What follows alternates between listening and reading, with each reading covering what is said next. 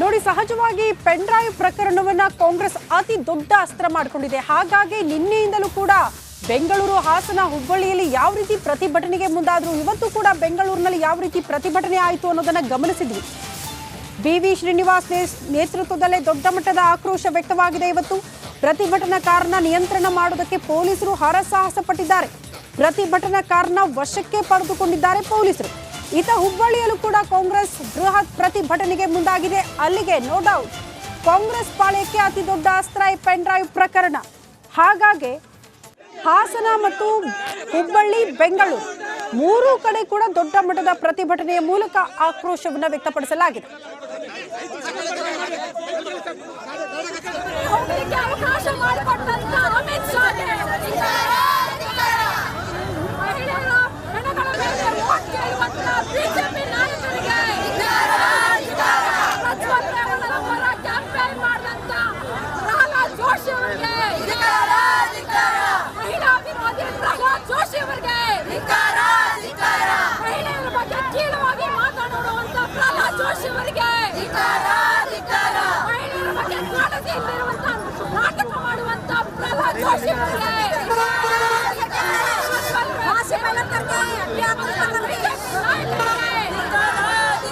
ಈ ಬಗ್ಗೆ ಮತ್ತಷ್ಟು ಡೀಟೇಲ್ಸ್ ಅನ್ನ ಕೊಡ್ತಾ ಹೋಗ್ತಾರೆ ನಮ್ಮ ಪ್ರತಿನಿಧಿ ಪ್ರಕಾಶ್. ಹುಬ್ಬಳ್ಳಿಯಿಂದ ನೇರ ಸಂಪರ್ಕದಲ್ಲಿ ಜಾಯಿನ್ ಆಗ್ತಿದ್ದಾರೆ. ಪ್ರಕಾಶ್, ನಿನ್ನೆಯಿಂದಲೂ ಕೂಡ ಹುಬ್ಬಳ್ಳಿಯಲ್ಲಿ ಕಾಂಗ್ರೆಸ್ನಿಂದ ಪ್ರತಿಭಟನೆ ಆಗ್ತಾ ಇರೋದು. ಇವತ್ತಿನ ಪರಿಸ್ಥಿತಿ ಜೊತೆಗೆ ಪ್ರಮುಖ ಆಗ್ರಹ, ಈಗ ಆಲ್ರೆಡಿ ಜೆಡಿಎಸ್ ಪಾಳ್ಯದಲ್ಲಿ ಕೋರ್ ಕಮಿಟಿ ಸಭೆಯ ಬಳಿಕ ಬಹಳ ಸ್ಪಷ್ಟವಾಗಿ ಕುಮಾರಸ್ವಾಮಿ ಅವರು ಹೇಳಿದ್ದಾರೆ ಕ್ರಮ ಕೈಗೊಳ್ತಿದ್ದೀವಿ ಅಂತ. ಆದ್ರೂ ಕೂಡ ಹೋರಾಟ ಮುಂದುವರಿತಾ ಇದೆ ಅಂದ್ರೆ ಕಾಂಗ್ರೆಸ್ ಪಾಳ್ಯಕ್ಕೆ ಈ ಅಸ್ತ್ರ ಮೋಸ್ಟ್ಲಿ ಚುನಾವಣೆ ಮುಗಿಯೋ ತನಕ ಇದನ್ನು ಕಂಟಿನ್ಯೂ ಮಾಡೋ ಸಾಧ್ಯತೆ ಇದೆಯಾ, ಹೇಗೆ?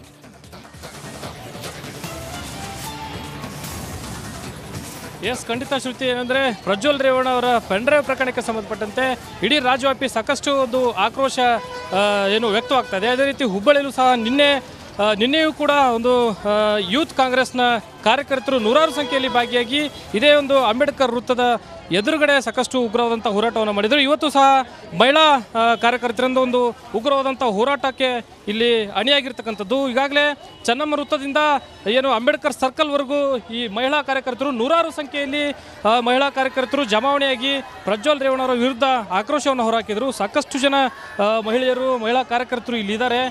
ಬೃಹತ್ ಒಂದು ಪ್ರತಿಭಟನೆಯನ್ನು ಮಾಡುವ ಮೂಲಕ ಅಂಬೇಡ್ಕರ್ ವೃತ್ತದವರೆಗೂ ಆಗಮಿಸಿ ಘೋಷಣೆಗಳನ್ನು ಕೂಗಿದ್ರು. ಪ್ರಜ್ವಲ್ ರೇವಣ್ಣ ಅವ್ರನ್ನ ಬಂಧನ ಮಾಡಬೇಕು ಅಂತಕ್ಕಂಥ ಘೋಷಣೆಗಳನ್ನು ಕೂಗಿದ್ರು. ಇನ್ನು ಹುಬ್ಬಳ್ಳಿ ಧಾರವಾಡ ಮಹಾನಗರ ಮಹಿಳಾ ಅಧ್ಯಕ್ಷರು ಇದ್ದಾರೆ, ಅವ್ರನ್ನ ಮಾತಾಡ್ತೀನಿ. ಮೇಡಮ್, ಇವತ್ತು ಪ್ರಜ್ವಲ್ ರೇವಣ್ಣ ಅವರ ವಿರುದ್ಧ ಒಂದು ಹೋರಾಟಕ್ಕೆ ಮುಂದಾಗಿದ್ದೀರಿ.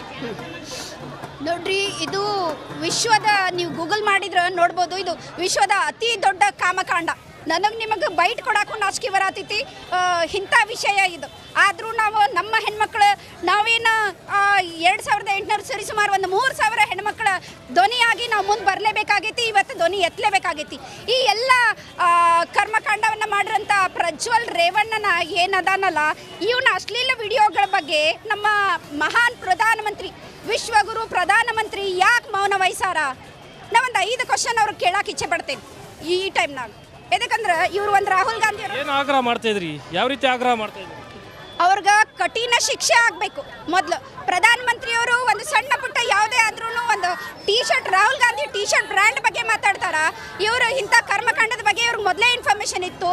ನಮ್ಮ ದೇಶದ ಹೆಣ್ಮಕ್ಳ ಮಾನ ಅಪಮಾನ, ಅವ್ರ ರಕ್ಷಣೆಯನ್ನು ಗಾಳಿಗೆ ತೂರಿ ತಮ್ಮ ರಾಜಕೀಯ ಲಾಭಕ್ಕಾಗಿ ಇವರು ಪ್ರಜ್ವಲ್ ರೇವಣ್ಣನಿಗೆ MP ಟಿಕೆಟ್ ಕೊಟ್ಟರು. ಇವ್ರಿಗೆ 2 ವರ್ಷದ ಹಿಂದೆ ಇದ್ರ ಬಗ್ಗೆ ಅರಿವಿತ್ತು. ಇದೆಲ್ಲ ನೋಡಿದ್ರೆ ನಿಮಗೆ ಏನು ಅನಿಸ್ತಿತಿ? ಮೋದಿ ಏನಂತಾರ, ಇಡೀ ದೇಶನ ನನ್ನ ಪರಿವಾರ ಅಂತ